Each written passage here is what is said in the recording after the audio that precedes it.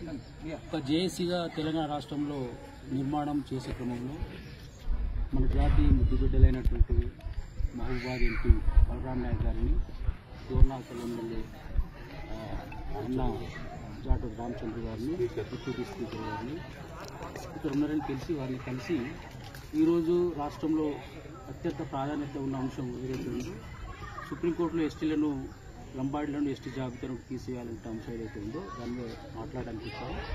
వారు లంబాడీలకున్న ST reservation హోదాను కాపాడడానికి ప్రభుత్వ పరంగా వారు అన్ని చర్యలు తీసుకుంటున్నామని మాకు హామీ ఇవ్వడం జరిగింది. అది మాకు సంతోషాన్ని ఇచ్చింది. కానీ ఈ సందర్భంగా లంబాడీ జాతికి సమాజానికి కూడా తెలియాల్సిన అవసరం ఒకటి ఉంది. ఈ రాష్ట్రంలో మేము లంబాడీ జాతి బిడ్డలు కలిపినట్టున్నారు. మమ్మల్ని కల్పుడు కాదు.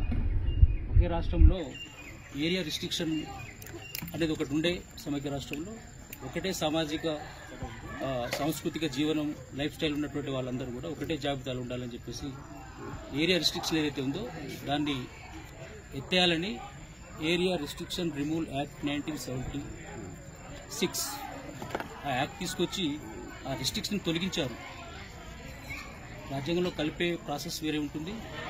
ఈ రిస్ట్రిక్షన్ని తీసేయడం వల్ల ఒకటే సామాజిక వర్గం ఉన్నటువంటి లంబాడాలు ఈ ప్రాంతంలో యానాదులు ఎరుకల వాళ్ళు రాజ్యాంగంలో 342 ఆర్టికల్లో చేర్చడం జరిగింది.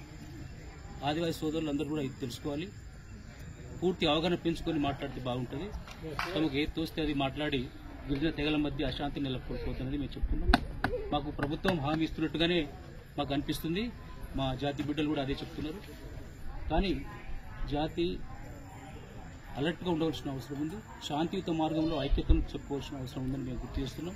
అందుకోసం రాష్ట్ర వ్యాప్తంగా రాజకీయ పార్టీలకు అతీతంగా వ్యక్తులకు అతీతంగా మేము ఒక జేఏసీ ఏర్పాటు చేయబోతున్నాం. అది శాంతియుత మార్గంలో మేము దాన్ని నిర్వహించబోతున్నాం. దానికి వైలెన్స్ ఎక్కడ కూడా లేకుండా ఒక ఐక్యతను చాటుకునే క్రమంలో ముందుకు తీసుకెళ్తామని స్పష్టం చేస్తున్నాం. లంబాడీ జాతి అలర్ట్గా ఉండమని మేము కోరుతున్నాం.